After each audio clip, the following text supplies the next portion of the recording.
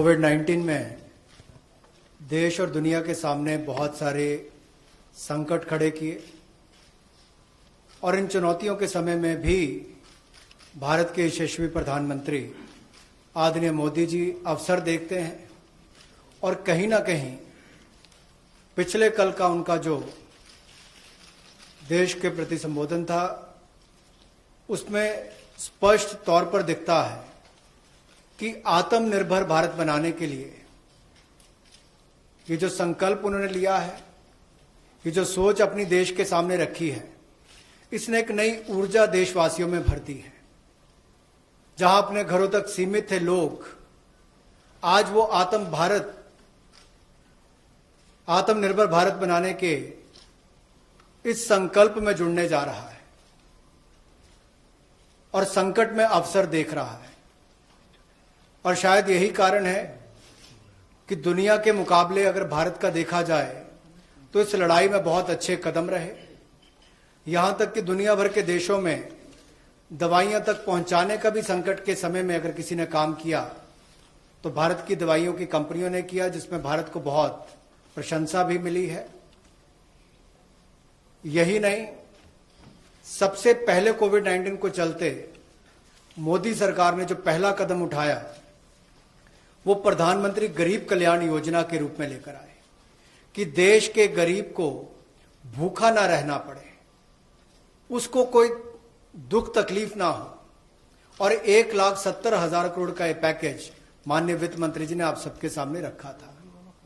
और यही नहीं, कंप्लायंस की कोई दिक्कत ना हो कि आपको कानूनी तौर पर वैधानिक रूप से कोई जो नियमों का पालन कर रहा है उसमें आप रह ना जाएं, तो उसकी भी छूट 3 महीने का मोरेटोरियम पीरियड आपको दिया गया। फिर आरबीआई के माध्यम से भी घोषणाएं हुई जिसमें लिक्विडिटी का फायदा आप सबको मिला, देश के करोड़ों लोगों को। तो मेरा मानना यह है कि रिफॉर्म्स की जब माननीय प्रधानमंत्री जी बात करते हैं कि आत्मनिर्भर भारत हमने बनाना है, तो उसके 5 स्तंभ की उन्होंने बात की है, 5 पिलर्स की बात की है, जिसके विस्तार में उल्लेख माननीय वित्त मंत्री जी ने किया है। मैं एक बात इसमें और कहना चाहता हूं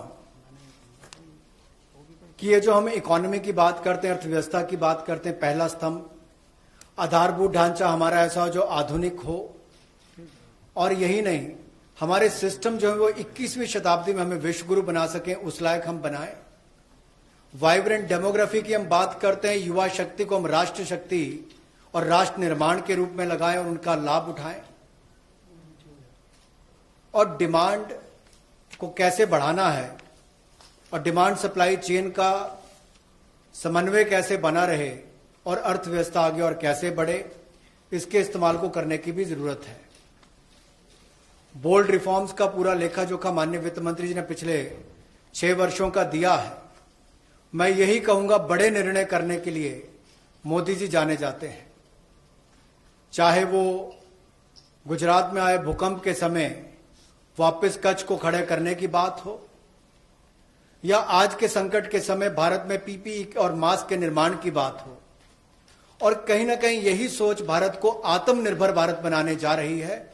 और इस आत्मनिर्भर भारत जो मूवमेंट है, इसमें हम आप सबको जोड़ने आए हैं।